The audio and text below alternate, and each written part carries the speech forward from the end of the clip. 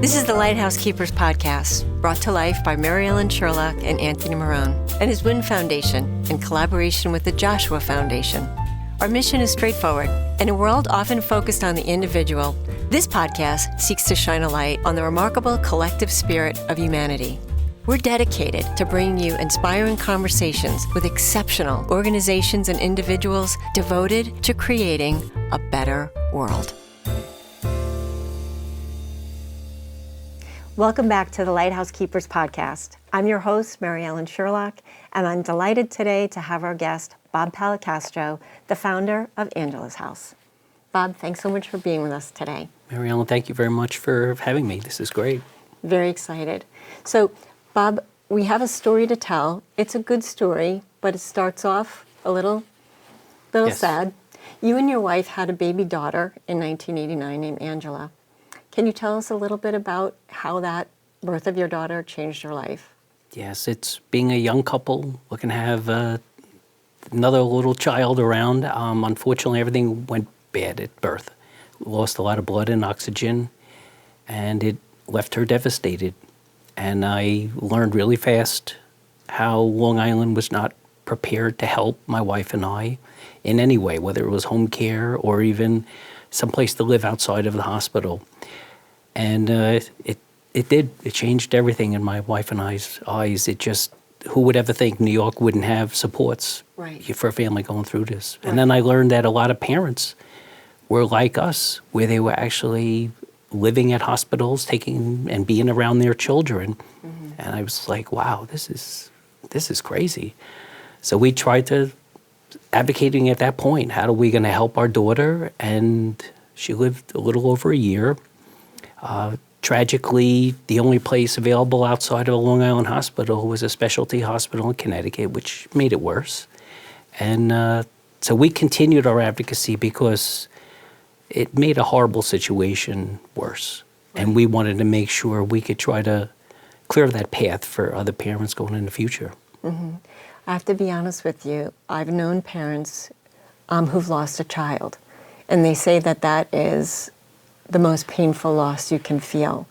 And so I don't think anybody in our listening audience could have ever thought that if you and your wife just went and recovered and, sat with that loss, but you didn't, it actually propelled you to do something about it. Can you tell us a little bit about that decision and why you felt that I need to do more because it wasn't there for us?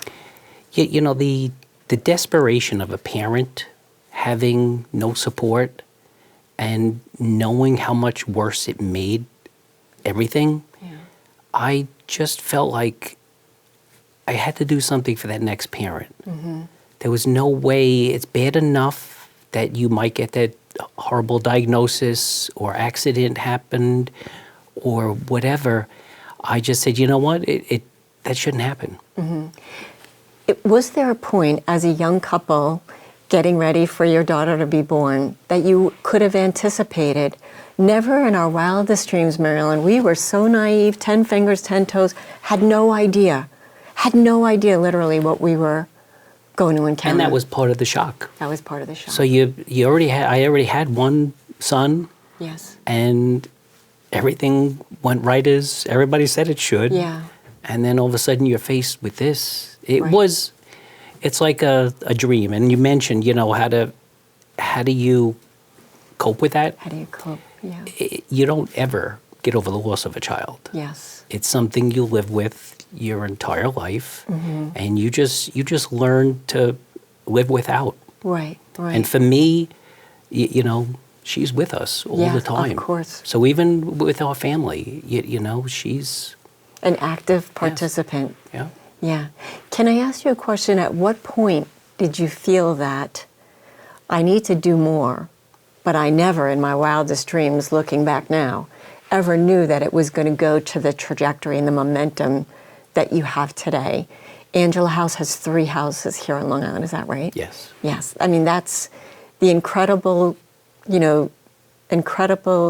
that you've been on, but also the advocacy that you have done as well. Can you tell us a little bit about, wasn't easy, Mary Ellen? No, definitely Not for the faint of heart. It definitely wasn't easy. You know, I learned quickly, you know, that thinking about Willowbrook, that Long Island was still in the works of closing their institution, the development center, right in Melville. Right. It was a hidden population. Right. So I was being brought into the picture at the same time as that was happening, and I realized that the situation was a lot broader than even what I was dealing with. To think that there were so many families that were kind of forced in institutional placements, Right. and they were struggling at how do you now integrate back into the community. And then once I was introduced to the bigger picture, it made me more determined, because I realized all those parents and the future parents were being faced with a similar circumstance. Right, right. And they didn't know where to turn. And so I just, everywhere I could advocate, I was jumping in and just making sure that our politicians understood what was going on, Right. making sure even our local people understood and what needed to be done Right. in order to help parents. So that's a great question. Where did you start? Is this a medical issue? Is it a political issue? Is it a community issue? I wouldn't even know where to go. It's combination? all of it. It's Okay. all of it, because I find, now I'm 36 years into it, that the advocating and teaching never stops. Never stops. Because it is never kind of in the media enough where everybody knows what is going on. You know, listen, I started at the same time where even some of the few parents were dealing with kids with autism. And it wasn't until one of the grandkids of one of the top executives of one of the TV stations started pushing that out, that you started to even know what autism was. Right. So we're really still at a relatively infant stages to what parents are doing now, trying to care for their kids within the community, or trying to find alternate options for living or Right. supports within the community. Right. So I actually, once I realized that was part of where my kids were going to fall into, then I pretty much linked in with that too, because I felt for those parents as, Right. you know, they were having new babies and realizing what they were going to be faced with. That's my question. There are more families than you have room for children, is that right? Yeah, not only for me, but the agencies across the island. And it's a consistent, again, you think over 36 years, how Yes. many legislators in each district there have been. Start over. And even the state office that originally started with some of the community supports, it's already had multiple administrations. And it makes it hard for parents, because parents, as they're just entering into a system, you know, where do they turn sometimes? Right. It's a big struggle. And for our kids, we have, fortunately, Right. the lowest population out there. It makes it even harder, because there is not a strong base. There's not a spotlight on that per se. So these kids get lost very often. How much, if any, can the medical community help advocate for, hey, you know what, these children, they can live good lives, healthy lives, if they're in the right proper care, with the right facilities and, you know, round the clock, which I know Angela's house, 24 hours, 7 days a week, care for these children. Do they help, or is it too controversial? They can't really get too involved? Yeah, it's a good question, because, you know, where do you start and where do they start? They have to deal with so many medical issues. Again, we are a smaller piece. So are any individuals with intellectual or developmental disability. It's such a small relative size within the total community. Right. We all get lost. You know, so for us, it's that constant effort to try to teach. Right. I'll say thank God, through some of the early years, once they started closing the institutions, there was a huge political push. How do we get people back in the community?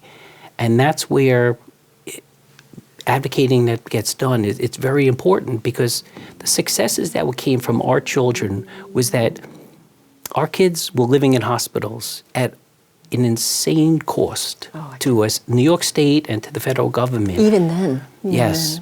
And they figured out a win-win situation through a lot of advocacy that, you know what, let Medicaid follow that kid home. Mm-hmm. And that was a game changer. It was a game changer. Because now there was a funding mechanism to pay for home care. Right. And they refer to it as a waiver, like an exception to the rule.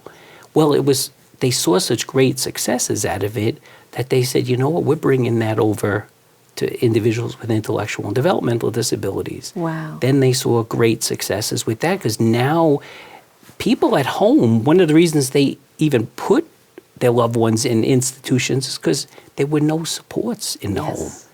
And most people didn't have the wherewithal, training, or financing to make that happen.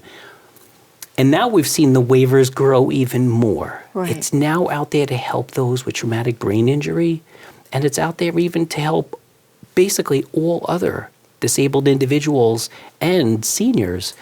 But seniors, it's a harder to get into the program. You usually have to work through a lawyer. But to me, that is...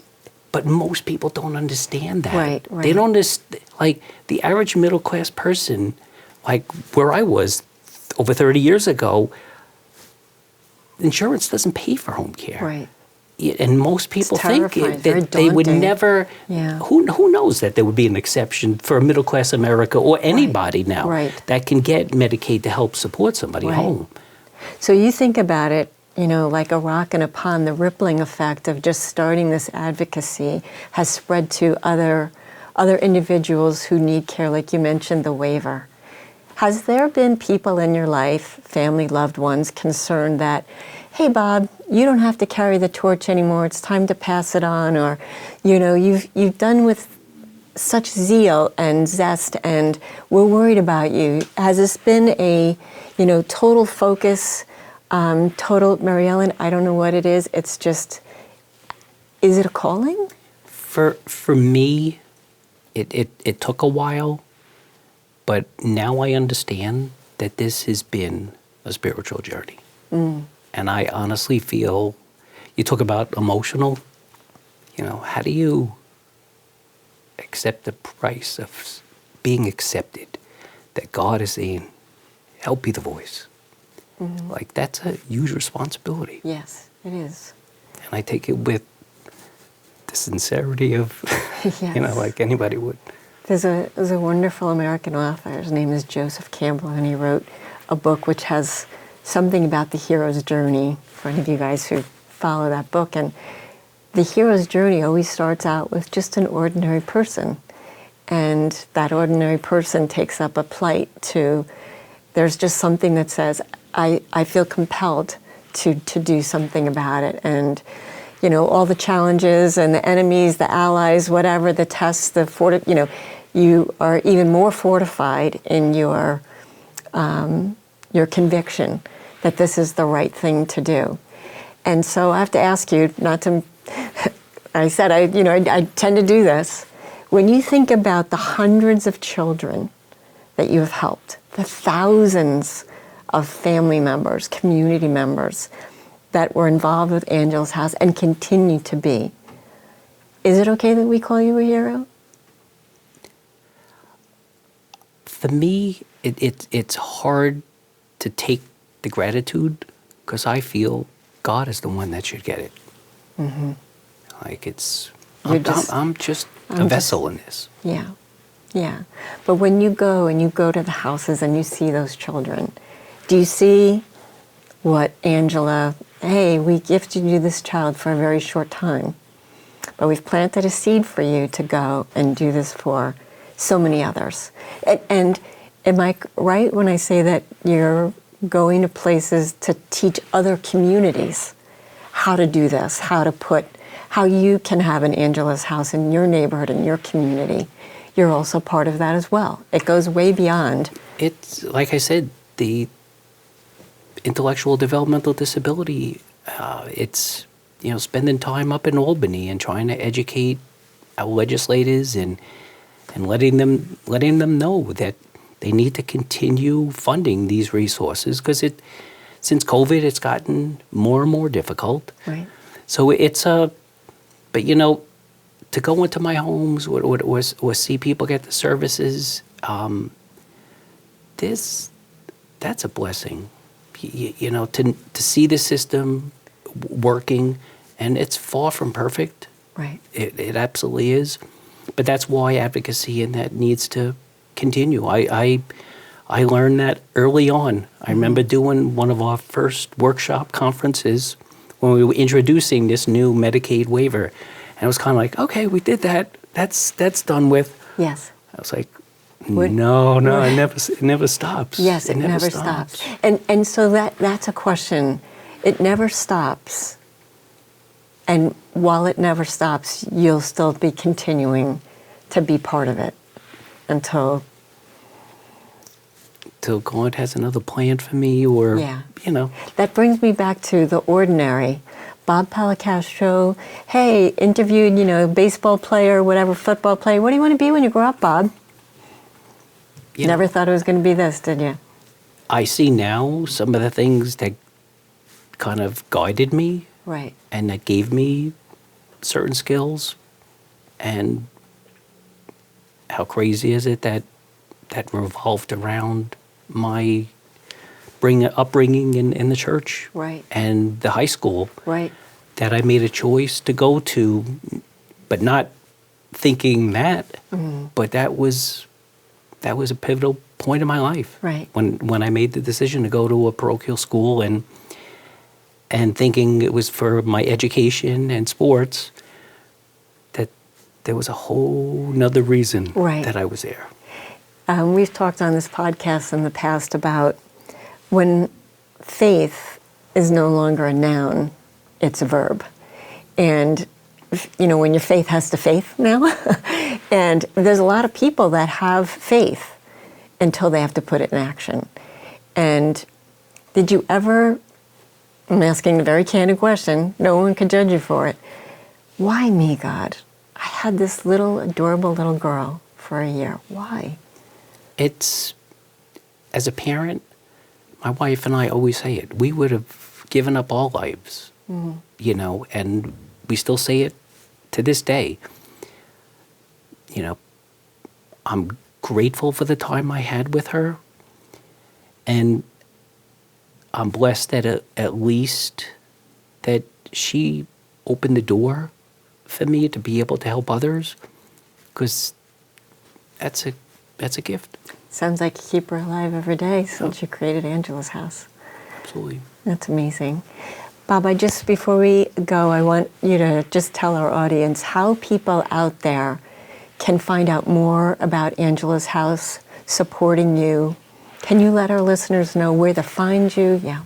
First of all, we're in social media under Angela's house. We also have our website, angelashouse.org. You can find all information about some of the programs that we offer and different ways that we help people in the community. Social media, we're always trying to put anything from some of the kids that we're working with to just some positive words that we share. So, because life is tough. Yes. So if there's little things we can add in there to offer hope and faith and, something that lets them get by another day and find a way to find the little things. Mm-hmm. And that's kind of what I hold on to. I refer to them as the little big things. Yeah. Hold on to those little things, and enough of those little things, become the answer. They're pretty spectacular. Yeah.